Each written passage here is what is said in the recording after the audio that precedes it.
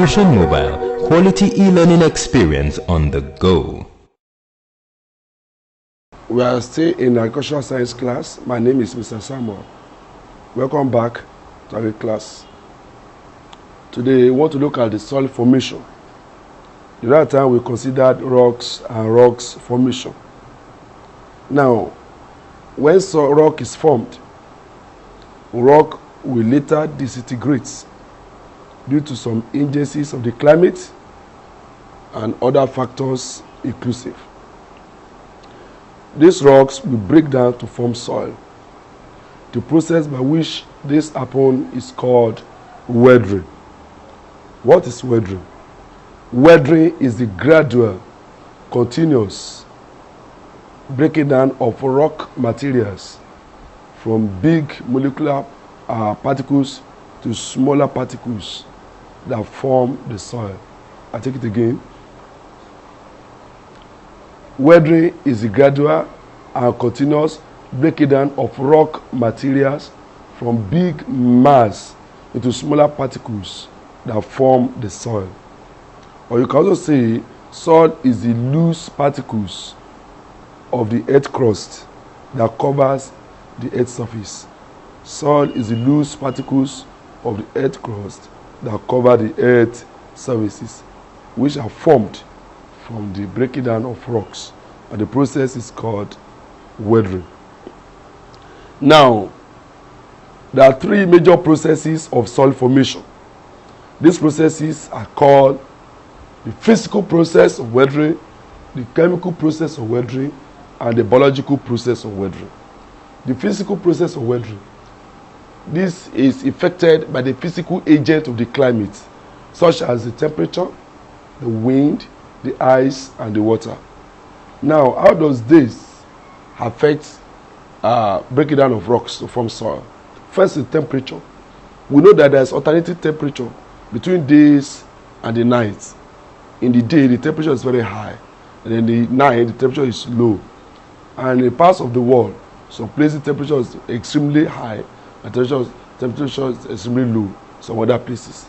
Now, when you have that, when you have rock materials, these rock materials contains some mineral elements within them. So, during the day, when temperature is very high, this mineral element tends to vibrate, and then there is expansion in the rock. The rock expands. But in the night, when the temperature cools down, the temperature comes down, the mineral element in the rock now contracts, and the rock shrinks. This will not be noticeable physically, but it happens within the rock. The continuous changes of the rock by the temperature, such as expansion and then contraction. Expansion when the temperature is high, then contraction when the temperature is low. One day will weaken the rock, and the rock will crack and break into parts. That process is affected by temperature. Then you have wind. Wind that moves in high speed can carry rock particles and roll them and hit them on another particles or hard target, and that rock breaks to form soil. Wind in high motion, like tempest, like cyclone, like hurricane, and some other ones that even blow gently, but the rock is situated on a steepy or slopey earth surface. That rock will roll and then collide with another rock or hard target, and the rock breaks to form soil. You have ice in the cold countries, carnival countries in the polar regions, where the temperature is very, very low, where water can easily turn to ice, even exposing it to the atmosphere. In such places, where you have rocks that have hollow surfaces, and there is ice that fall inside this place. This ice will make this rock to shrink, and by the time when it comes to or let's say this, when you have water into the rocks that feed this opening. Now that water in the night turns to ice, and whenever water turns to ice, there is expansion in phases. We call it anomalous expansion of water.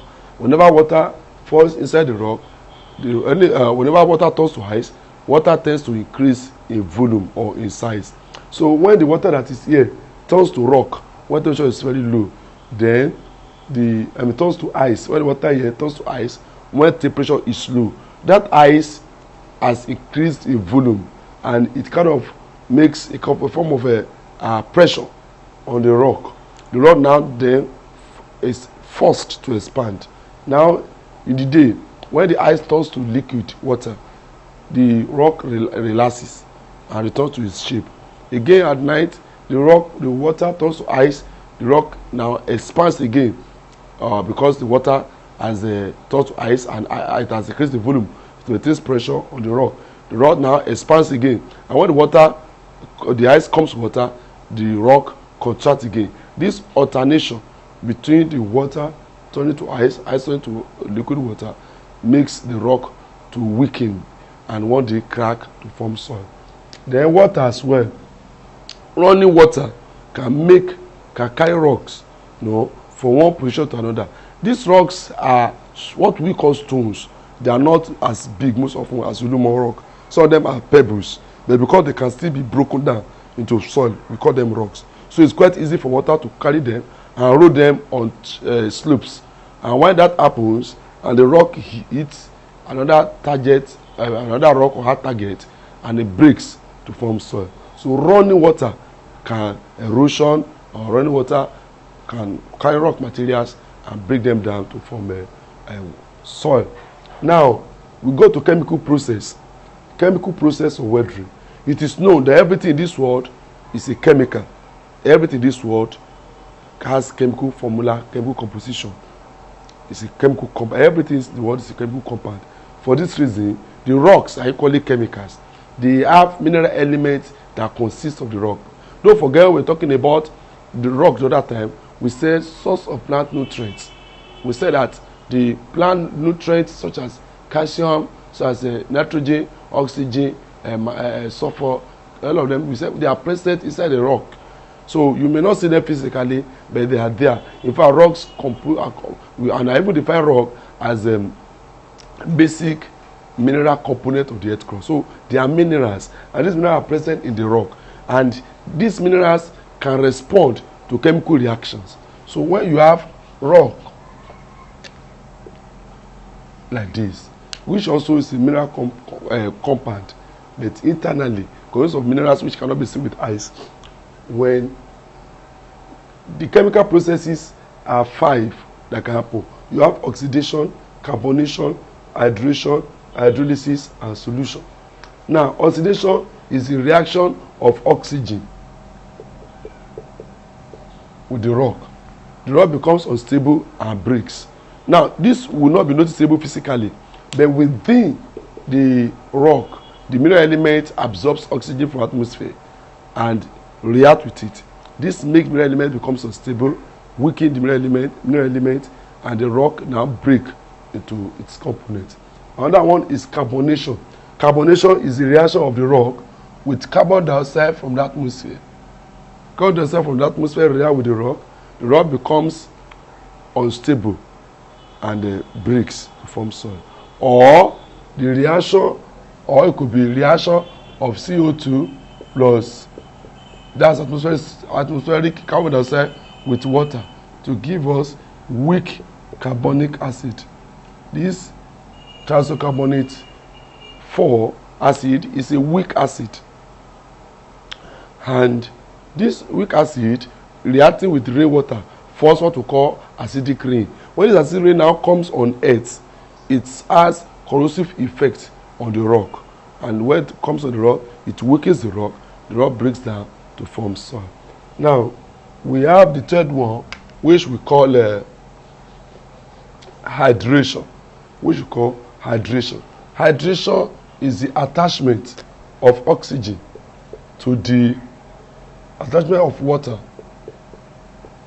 So hydration is the attachment of water to the rock. Once this water is attached to the rock becomes unstable and the rock breaks to form soil. Then we have hydrolysis. Don't forget, when we say hydration is attachment of water to the rock. Then, when we come to hydrolysis, the word hydro means water. The word lysis means splitting or breaking. So hydrolysis is the process by which water splits rock into its components.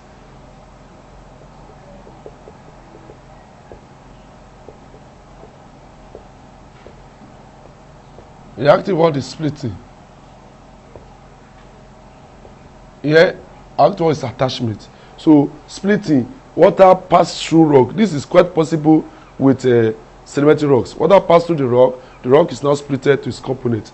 Then we have the third one, which is hydrolysis.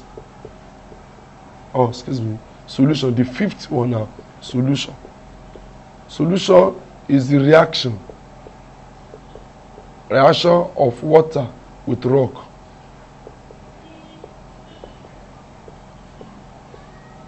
Reaction of water with the rock. The rock becomes unstable and breaks to form soil. Now, those are the five. We have carbonation and oxidation. Those are the five processes of chemical weathering. Then we have the third one, biological process. We have the biological. When I say biological, that means the type of weathering that is caused by living things. And biological weathering is affected by plants, by animals, and by human activities. There are some plants that grow on surfaces of the rocks. They send their tiny roots into the cracks of the rock. When these tiny roots are now becoming mature, they're becoming bigger, they kind of maintain a sort of pressure, a push. They tend to gain space and to become bigger roots. They tend to create space in the rock, forcing the rock that apart and cracking the rock, breaking it into its components so that roots can grow. That's by cause of the plant.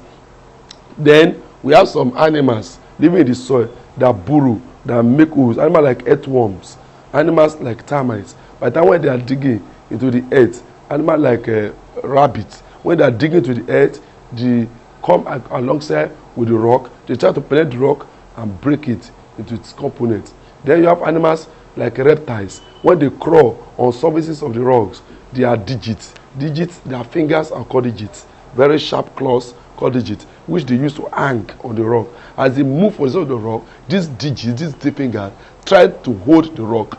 They sometimes pull the rocks down, and the point of the rocks, the part of the rocks that are pulled down will break down to form a soil.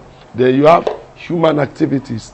Man that work on the farm, sometimes intentionally and non-intentionally, man intentionally or unintentionally break rock to form soil. With the use of cutlass on the farm to clear the bush. Now, the cutlass sometimes will eat the rock, which we call stones in English, and then this rock will break to form soil. Or even the use of a machine, plow, implement, all this big equipment working on the farm will press the rock, and the rock will break to form soil. And sometimes you have deliberate breaking down of rock to form soil. When man take a bigger rock and try to break them down to gravel, maybe for the purpose of building, in attempt to break big rock into smaller gravel for construction purposes, in between you have pebbles that fall out, that form the soil. These are the three processes of weathering: physical weathering, chemical weathering, biological weathering. Okay. Now, there are factors that can make this soil, that can affect the rate at which the soil formation takes place. The factors affecting soil formation, which affect the type of the soil that will be formed, also affect the rate, the speed at which weathering takes place. The first one is called climate. Like we have defined here, climate has elements such as temperature, wind, ice, and water. And this element of the climate, it depends on the degree and intensity of the element in an area. If the intensity is low in some area, then the rate at which rock fall break down to form soil will be very low. For instance, if the temperature is ordinary, is almost same there's no sharp differences in the temperature. So it may not, the rock may not be expanding, may not be contracting, and the rock may not break. The same thing, if wind is still, if it's not blowing very heavily, then the rock will not be carried. But if the wind is blowing heavily and the surface is flat, I mean, is slopy, the rock will break to form soil, settle with water and water, ice and water. If there is no ice, if the place is not cool, the water is turning to ice, there's no way that the water will expand in volume and then break the rock. And if the water is still, if there's no running water, the rock will not be breaking down. But if the water moves fastly and then carry the rock, it will break down. The rock will break down to form soil. So climate has effect on soil formation. Then parent materials. Parent materials, that is the actual type of rock that break down to form the soil. Don't forget, we have the three major types of soil: igneous, sedimentary, and metamorphic rock. Igneous rocks are very hard, so they are not easily broken down. So it may take a longer time for it to break. But if it is sedimentary are easily broken down, and the metamorphic also. So it depends on the type of rock that form the metamorphic. So the type of parent material, the type of rock that consists that rock is, then can influence the rate at which the weathering will take place. Igneous rock doesn't break easily, but sedimentary and metamorphic may break faster than igneous. Then the third one is topography. Topography or relief. Topography or relief is called the surface of the landscape. The surface, is it straight? Is it flat? Is it sharp, slopy? Is it sharp, gradient, slopy? Is it a slow gradient, or is it a very sharp gradient? Or is it hilly? Is it mountainous? Is it sinusoidal? What kind of terrain is the topsoil? This can affect the rate at which weathering is formed. Flat soil, slopes, hills, valleys. Flat soil don't easily break rock. But if it is slopes, it's very easy for the rock to move and the water to move and to carry the rock and break it down to form soil. Then biotic factors. Biotic factors include the living component of the ecosystem, like of the environment, like we mentioned under biological process. Termite, earthworm, rodent, and this one, if the activities of termite and earthworms and rodent are very active, if the activities are very strong in the soil, it will be very fast. The rock will break it out to form soil.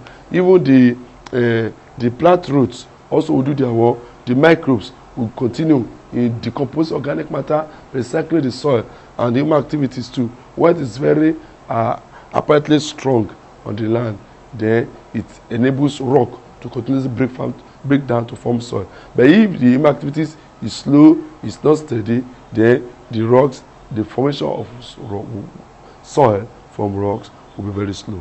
The last factor that affects soil formation is time. Time is an essence because we define weathering as the gradual and continuous breaking down. So breaking down. Weathering is gradual and continuous breaking down. So it takes time for a whole rock to break down, totally disintegrate into what we call soil. In phases, that's what we call half-life. Half-life, the time that it takes for a particular element or atom or material or substance to break down, to disintegrate to its half. It takes time. So when it comes to rock does not just break suddenly, except it is deliberately done by man. But when left in its place, gradually, rock will be disintegrating, will be breaking to form soil.